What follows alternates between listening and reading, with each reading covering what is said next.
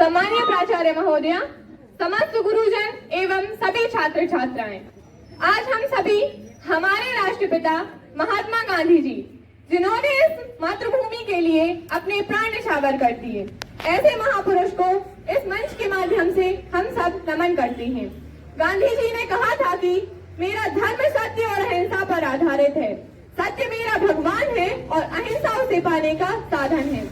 आज हम सभी 12 मार्च को, आज से लगभग 91 वर्ष पूर्व 12 मार्च 1930 को गांधी जी की दांडी यात्रा का अभिनय प्रस्तुत करने जा रहे हैं। तो देखते हैं एक छोटा सा दृश्य जहां हमारे भारतीय भाई बहन समुद्र किनारे नमक बना रहे हैं और ब्रिटिश सरकार उन पर जुल्म कर रही है। आइए देखते हैं। सैनिकों, चलो समुद्र किनारे चलते हैं, दिखाते हैं ब्यूटीफुल इंडियंस को कि वह किस तरह नमक बनाएंगे। चलो देखो ना, चली आ रही चली आ रही है सामने से। यू ब्यूटीफुल इंडियंस, तुम लोगों को पता नहीं है नमक पर टैक्स लगा दिया गया है, अभी भी नमक बना रहे हो। हे भगवान, हे साहब, हम लोग पर ऐसा जुर्म मत करो, हम लोग क्या करेंगे? चुप, निकलो यहाँ से।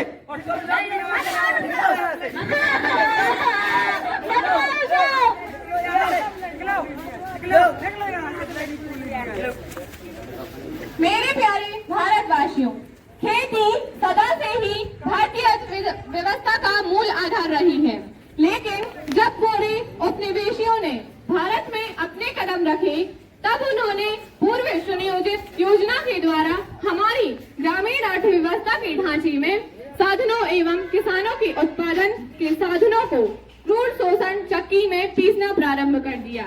अंग्रेजी राज्य के दौरान भारत का 20% राजस्व केवल भूमि से विभिन्न करों के रूप में वसूल किया जाता था। यहाँ तक कि आम जनमानस की सामान्य सी वस्तु नमक भी टैक्स के चंगुल से नहीं बच पाया। ब्रिटिश जहाज नमक भरने के बाद जो गिरा हुआ नमक भी बच जाता था, उस पर भी अंग्रेजी सरकार टैक्स वसूल करती थी। भारत में पैदा होने वाला कपास जो भारतीय किसान अपने खून पसीने से पैदा करते थे, उसे भी ब्रिटिश सरकार इंग्लैंड भेज देती थी ताकि उस कपास से कपड़ा बनकर भरपूर मुनाफा कमाया जा सके। इस तरह ब्रिटिश व्यापार तो दिनों दिन पनप रहा था, परंतु भारतीय उद्योग धंधे लगातार नष्ट होते जा रहे थे। भारतवासी लगातार जूझ रहे थे विदेशी शोषण और दासता से मुक्ति पाने के लिए। लाहौर 1929 में जवाहरलाल नेहरू की अध्यक्षता में पूर्ण स्वराज का प्रस्ताव पारित किया। 26 जनवरी 1930 को स्वाधीनता दिवस पूरे देश में मनाया गया। राष्ट्रीय ध्वज के झंडे तले पूरे भारतवासियों ने पूर्ण स्वराज के संघर्ष में कूद जाने का संकल्प लिया। चलिए हम चलते हैं दांडी यात्रा, जहां गांधी जी अपने व्यक्तित्व विचार साबरमती आश्रम में दे रहे हैं। गांधी बापू जिंदाबाद, गांधी बापू जिंदाबाद, गांधी बापू जिंदाबाद।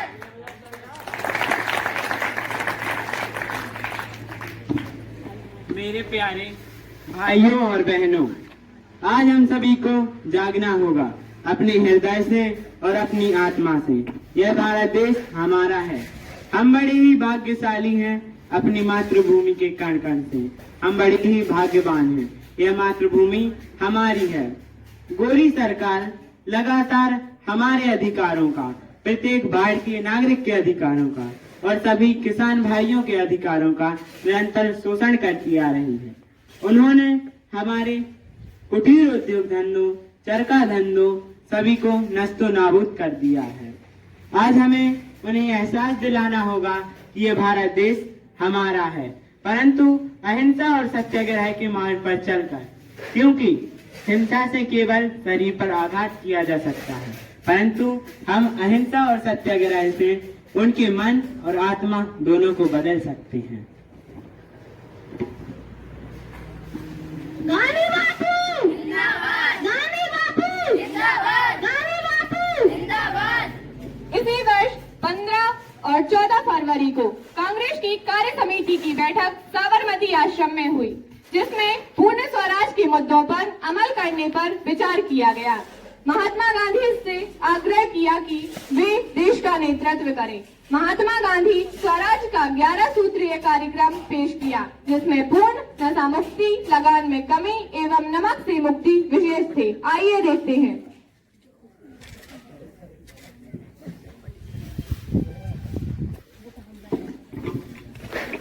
मेरे प्यारे भाइयों और बहनों,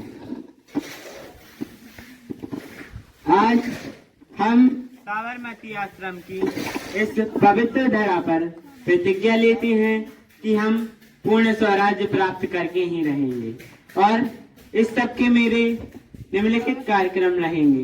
पहला, लगान में कमी, दूसरा, नमक पर कर की रोक और तीसरा, पूर्ण नशा मुक्ति।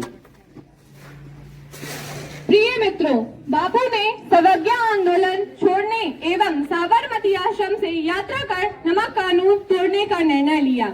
आइए हम सभी देखते हैं साबरमती आश्रम, जहां महात्मा गांधी वाइसराय को पत्र लिख रहे हैं। मेरे प्यारे भाइयों, आज मैं अपने प्यारे मित्र वाइसराय को पत्र लिखूंगा और उनसे निवेदन करूंगा कि आप नमक से कर को तुरंत वापस ले लें, अन्यथा सविनय अवज्ञा आंदोलन का शंखनाद किया जाएगा। और यदि उन्होंने ऐसा नहीं किया तो हम अपनी दांडी यात्रा को प्रारंभ करेंगे। आइए देखते हैं गांधी जी के पत्र के प्रति वाइसराय की प्रतिक्रिया।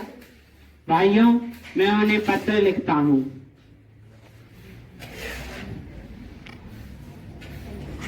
भाइयों, मैं उन्हें आज ही ये पत्र सौंपूंगा और उनसे नमक के कर पर लगाए गए कर पर रोक के लिए निवेदन करूंगा। गांधी बापू जिंदाबाद, गांधी बापू जिंदाबाद, गांधी बापू जिंदाबाद।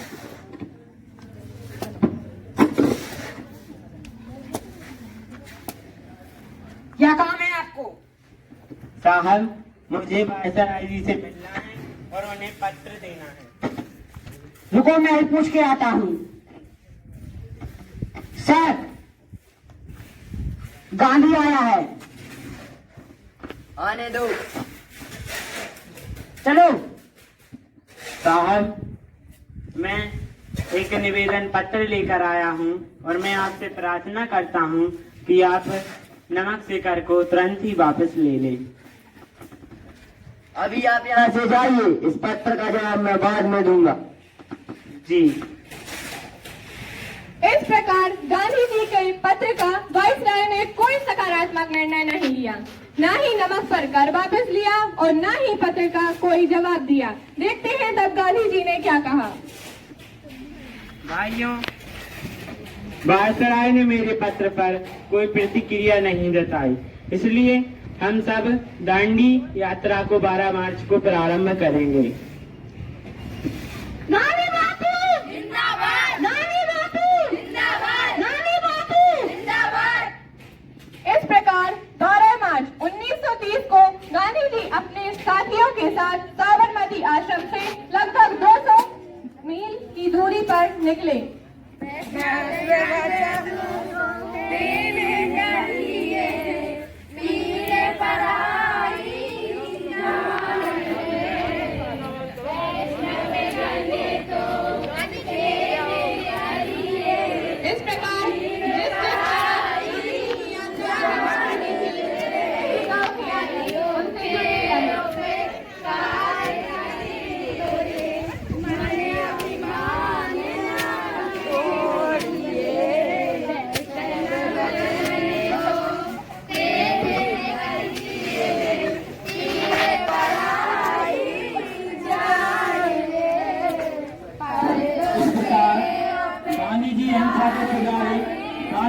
निकल गए, क्योंकि इनकी यात्रा भारतीय इतिहास में अमर शब्दों में लिखी जाएगी।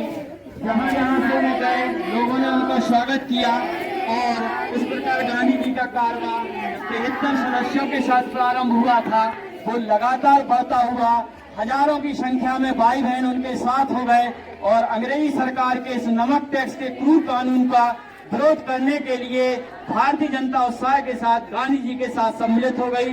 गांधी जी जहां जहां से भी गए, लोगों ने उनके साथ तन मन धन से लड़ने और प्रयास करने के लिए सतत प्रयास करना प्रारंभ कर दिया और गीत और नृत्य के माध्यम से ये इस प्रकार अपनी दांडी यात्रा लगभग 72 सदस्यों के साथ जो प्रारंभ की थी, हजारों की संख्या में बढ़ती गई और इस प्रकार गांधी जी को मिला। लगभग 5 अप्रैल को दांडी नामक ग्राम जो समुद्र किनारे था पहुंच गए। इस प्रकार 15 अप्रैल को यात्रा दांडी पहुंचाई। 6 अप्रैल को गांधी जी ने समुद्र के किनारे अपने हाथ में एक मुट्ठी नमक लेकर नमक कानून को तोड़ा।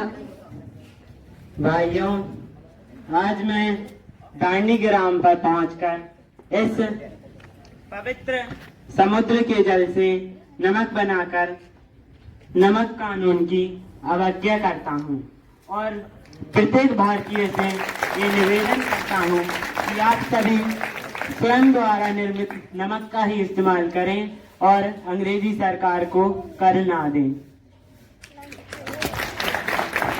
नानी बापू जिंदाबाद, नानी बापू जिंदाबाद, नानी बापू जिंदाबाद। जय हिंद। तेरी हमें आजादी बिना खड़क बिना ढाल, साबरमती के संत तूने कर दिया कमाल। तेरी हमें आजादी बिना खड़क बिना ढाल, साबरमती के संत तूने कर दिया कमाल। आंधी में भी जलती रहे बापू तेरी मशाल, साबरमती के संत तूने कर दिया कमाल।